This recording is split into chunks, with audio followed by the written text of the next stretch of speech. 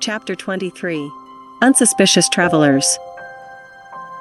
Madame Alroyd and Dora had intended departing from the place where they had suffered so much, the day following the one on which Mr. Ellerton had visited them and obtained our heroine's signature to that fatal document.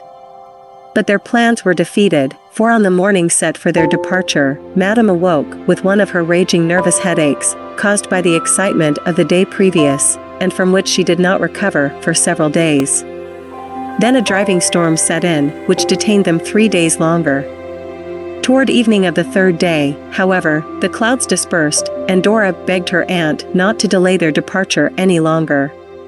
Madame thought it rather late in the day to begin a long journey, but finally yielded to her niece's persuasions, and ordered their carriage to be got in readiness. The kind-hearted landlord was much distressed at this decision, for he knew it was unsafe for anyone to travel in that part of the country during the night, and put forth every inducement he could think of to make them defer their journey until the following day.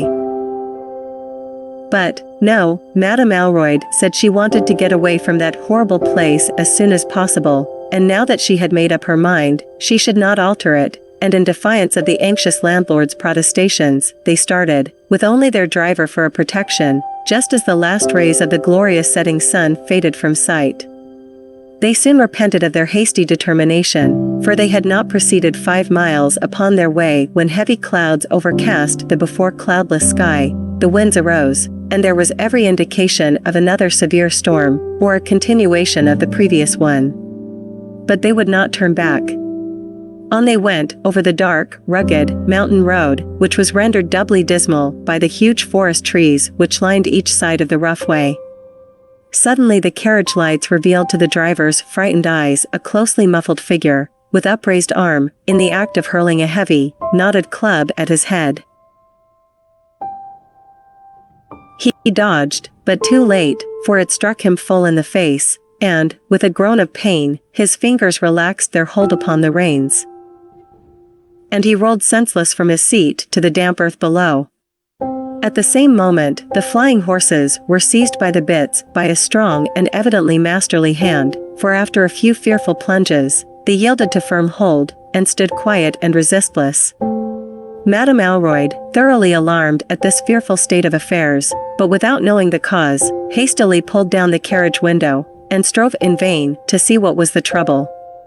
"Thomas, what has occurred?" she asked, in a frightened voice.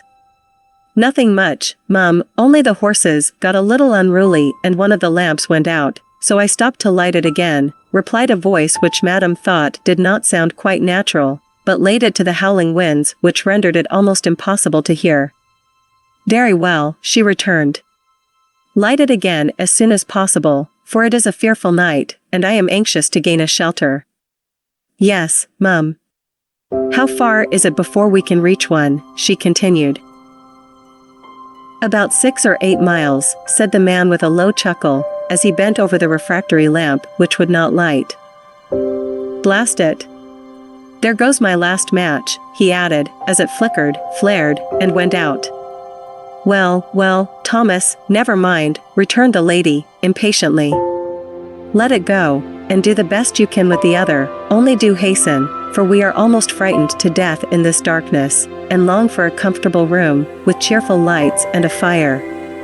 "Yes, Mum." "All right, Mum," was the answer, as the man hastily climbed to his seat, and touched the horses with his whip, muttering with intense satisfaction. 137. Neat little job that. Neat little job, though I would rather have liked to see what became of that stupid coachman. The horses' heads, during the struggle which had just occurred, had been adroitly turned to one side, and now in obedience to the reins, dashed on with the speed of the winds in an entirely different direction from that which they had been pursuing. In fact, our unsuspicious travelers were being conveyed back to the very place whence they had just come.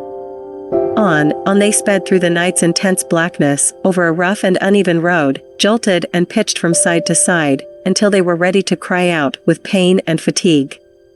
2 mortal hours, which they thought would never end, were spent in this manner, and then they drew up before a small white house, from the casement of which a single light was gleaming. The driver went to the door and rapped. His summons was immediately answered by a trim servant girl, who demanded his business, though a close observer might have noticed the look of recognition which passed between them. He explained, loud enough for the inmates of the carriage to hear, their situation, and after a slight demur on the part of the girl, obtained permission for them to pass the night there. Going back to the coach, he stated that it was not a regular inn, only a little cottage in which lived a poor but honest family.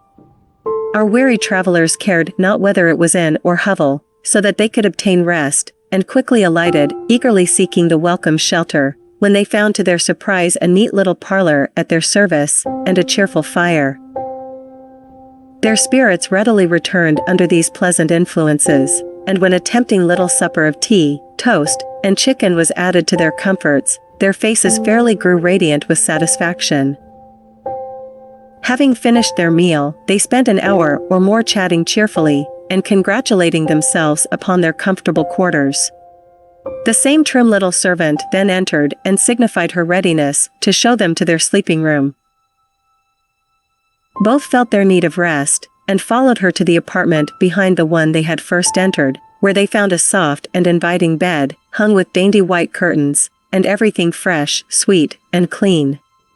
They retired to rest, and soon their senses were locked fast in sound and refreshing slumber.